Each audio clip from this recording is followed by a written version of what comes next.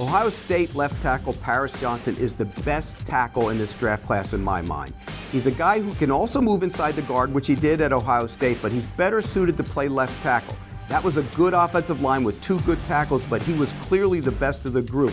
When you look at him, he's big, strong, physical, can hold up in the point, but he's also really good in pass protection. And when you try to translate guys to the next level, you want to see how good they are in pass protection. He held up this year for Ohio State against some good pass rushers. I think he'll be a plug-and-play left tackle in the NFL. And if he isn't a plug-and-play left tackle, if a team has a left tackle and drafts him, I think they can move him inside the guard, which he's played. The guy I compare him to, this is high praise, Andrew Thomas of the New York Giants. I think he's one of those guys. Thomas struggled early in his career, but has developed into an all-pro left tackle. I think Paris Johnson has that same type of ability.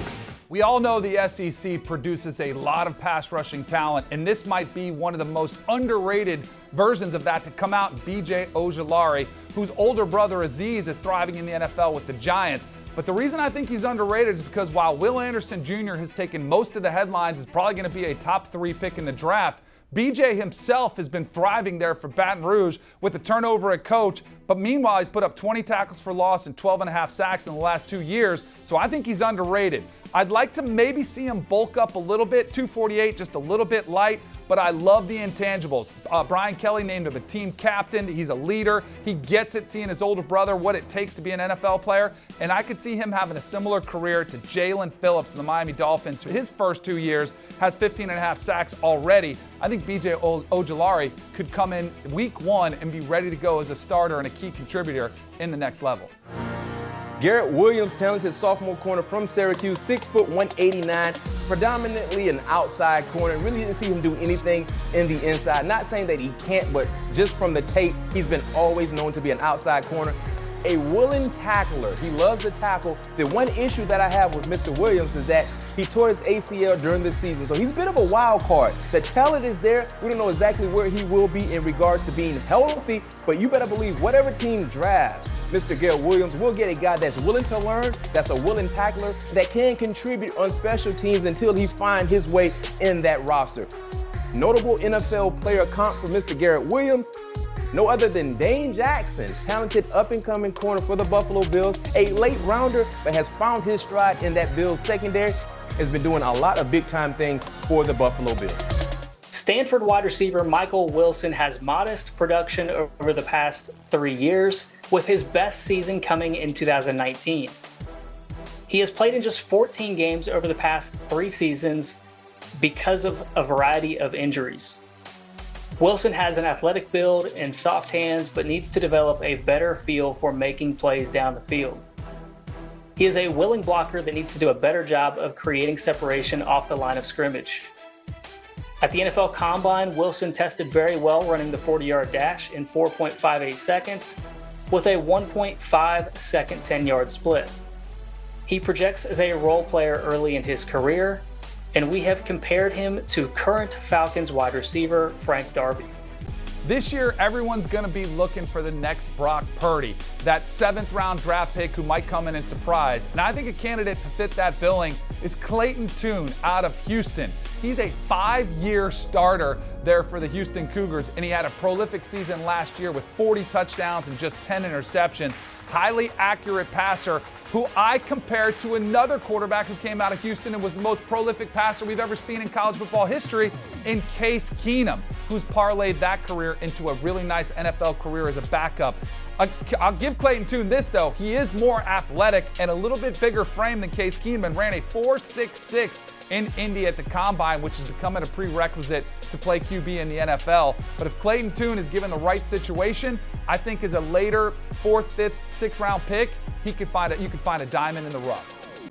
Owen Pappoe came to Auburn with 5 stars, and he showed why during his career with the Tigers. His play on the field and also his leadership. He was the glue of that defense through some trying times, from Gus to Brian Harsin, and then Garrett Williams the final 4 games of Pappoe's career. The injury concerns are there. The speed side to side, though, he absolutely flies to the football. Now, he's a little bit undersized. That's something that he really can't control. He needs to get a little stronger, but I think in terms of strength and conditioning, you have to find that delicate balance. Do you take away that quickness with size, or do you need the size more than the speed? So Owen Pappoe, I think he's kind of in a little bit of a purgatory. Jeremiah Owusu-Koramoah was kind of the same at Notre Dame. He became a star early. I think Owen Pappoe probably needs a little bit more time, maybe a year more to become a star, because you got to figure out where he can play. But man, he's got a lot of traits that make him very attractive to NFL scouts.